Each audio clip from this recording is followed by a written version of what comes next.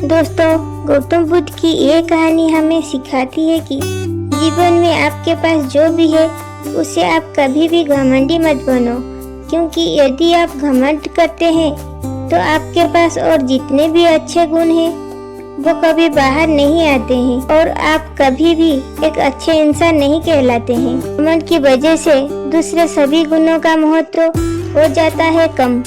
एक संत ने राजा से कहा कि आप जिसे सबसे कीमती मानते हैं वो मुझे दान दे दीजिए। राजा ने संत का कमंडल सोने के सिक्के से भर दिया। आइए इसे कहानी के माध्यम से समझते हैं। एक संत हमेशा घूमते रहते और लोगों को धर्म कर्म के लिए प्रेरित करते थे।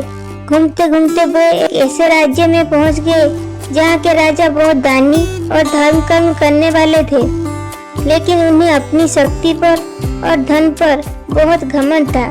संत उस राजा के राज्य में ठहर गए। कुछ ही दिनों में राज्य के काफी लोग संत के पास पहुंचने लगे थे। संत अपने अनुभव से लोगों की समस्याओं का हल बता देते थे।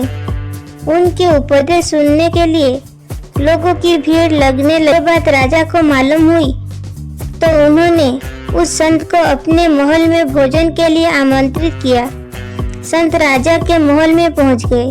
राजा ने संत का अच्छी तरह सत्कार किया, खुद भोजन परोसे। आने के बाद संत जाने लगे तो राजा ने कहा, गुरुदेव, मैं आपको कुछ देना चाहता हूँ। आप अपनी इच्छा के अनुसार मुझसे कुछ भी मांग सकते हैं। मैं आपकी हर इच्छा पूरी कर सकता हूँ। मैं राजा हूँ और मेरे लिए कुछ भी असंभव नहीं है। संत समझ गए कि राजा को अपनी धन पर और शक्ति पर बहुत घमंड है।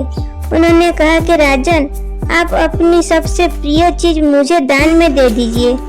राजा को समझ नहीं आया कि दान में दें। उसने सोने के सिक्कों से का कमंडल भर दिया।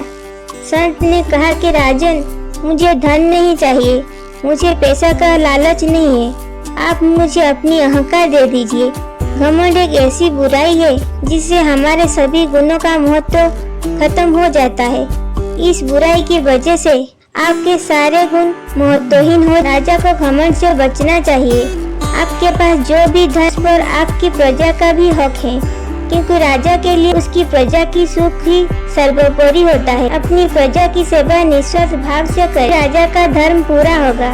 राजा को संत की बात समझ आई और उन्होंने घमंड छोड़ने का संकल्प लिया।